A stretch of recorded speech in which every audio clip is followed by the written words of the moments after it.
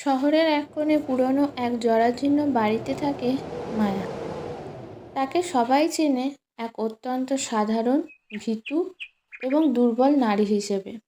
পাড়ার বখাটে ছেলে থেকে শুরু করে বাড়ির মালিক সবাই তাকে তুচ্ছ-তাচ্ছিল্য করে, খাটিয়ে নেয়। কিন্তু তারা জানে না যে মায়ার আসল পরিচয় অন্য কিছু।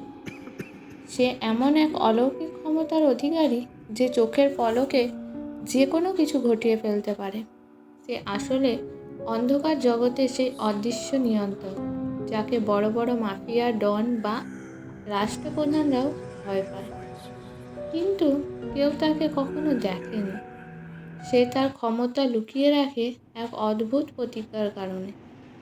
শহরের ব্যস্ত রাস্তার একপাশে ছোট্ট একটা চায়ের দোকানে সে বসে কাঁপছিল। তার পরনে একটা মলিন সুতির শাড়ি, হাতে কয়েকটা প্লাস্টিকের ব্যাগ। বৃষ্টির ঝাপটা থেকে বাঁচতে সে দোকানের কোণায় একটু জায়গা খুঁজছিল। এই যে মাসি, এখানে ভিড় বাড়াবেন না তো, ওদিকে গিয়ে দাঁড়ান। দোকানের ছোকরা কর্মচারীটা বেশ কড়া স্বরে তাকে ধাক্কা দিয়ে সরিয়ে দিল।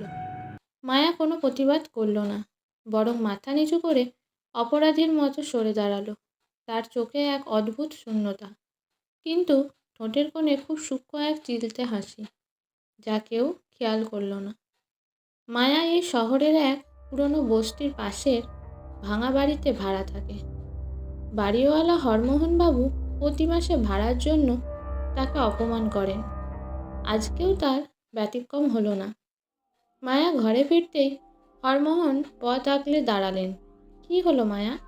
3 দিন হয়ে গেল, ভাড়ার টাকা কই? না দিতে পারলে কালই বিদায় হ। আর হ্যাঁ, যাওয়ার আগে আমার বাগানের আগাছাগুলো পরিষ্কার করে দিয়ে যাবে। পিঠে তো আর থাকতে দেব না। মায়া খুব শান্ত গলায় বলল, বাবু, কাজটা পেয়ে গেলেই টাকা দিয়ে দেব। আমি আজই আপনার বাগান পরিষ্কার করে দিচ্ছি। মায়া যখন হরমোহনবাবুর বাগানে কাজ করছিল, তখন পাশ দিয়ে কালো রঙের 3টে বিশাল এসইউভি সাই করে বেরিয়ে গেল। সেগুলো গিয়ে থামলো পাড়ার সবচেয়ে বড় মাফিয়া রকিব ভাইয়ের আড্ডার সামনে। চারিদিকে থমথমে পরিবেশ। পাড়ার লোক জানালা বন্ধ করে দিল, কিন্তু কেউ লক্ষ্য করল না মায়া যখন বাগানের মাটি খুঁড়ছিল, তার হাতের আঙুলের হালকা স্পর্শে মাটির নিচের পোকাগুলো এক অদ্ভুত শৃঙ্খলায় চলাফেরা শুরু করেছে। মায়ার কানের কাছে যেন বাতাসের একটা গুনগুন শব্দ ভেসে এলো।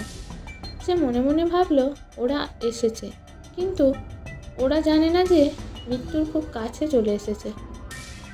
সেই রাতে হরমোহনের বাড়ির সামনে দিয়ে যাওয়ার সময় রকিবের 2 শাগরেদ মায়াকে দেখে শীষ দিল। একজন এগিয়ে এসে মায়ার হাত ধরে টেনে বলল, কিরে সুন্দরী, একা ঘরে কি করিস? চল আমাদের সাথে, একটু আমোদ করবি। মায়া ভয়ে উগড়ে যাওয়ার অভিনয় করল। কাঁপা গলায় বলল, দয়া করে আমাকে ছেড়ে দিন, আমি খুব গরিব মানুষ। গুন্ডারা হাসতে হাসতে তাকে টেনে নিয়ে যাচ্ছিল অন্ধকার গলির দিকে। ঠিক সেই মুহূর্তে মায়ার চোখ দুটো একবারের জন্য জ্বলে উঠল। সে বিড়বিড় করে কি যেন একটা শব্দ উচ্চারণ করল। সাথে সাথে এক অভাবনীয় ঘটনা ঘটল। আকাশ একদম পরিষ্কার থাকা সত্ত্বেও ঠিক ওই গলিটুকুর ওপর ভয়াবহ বজ্রপাত হলো। গুন্ডা দুজন ছিটকে পড়ল 20 হাত দূরে। তাদের হাত দুটো মুহূর্তেই অবশ হয়ে গেল। তারা ভয়ে চিৎকার করতে চাইল, কিন্তু তাদের গলা দিয়ে কোনো শব্দ বেরোলো না। অন্ধকারে মায়া তাদের দিকে এগিয়ে গেল, কিন্তু এবার তার হাঁটা চলার ধরনে কোনো দুর্বলতা নেই। তার শরীর থেকে এক অদ্ভুত নীলাভ আভা বের হচ্ছে। সে নিচু স্বরে বলল, আমি চেয়েছিলাম শান্তিতে থাকতে, কিন্তু তোমরা সীমা ছাড়িয়ে যাচ্ছ।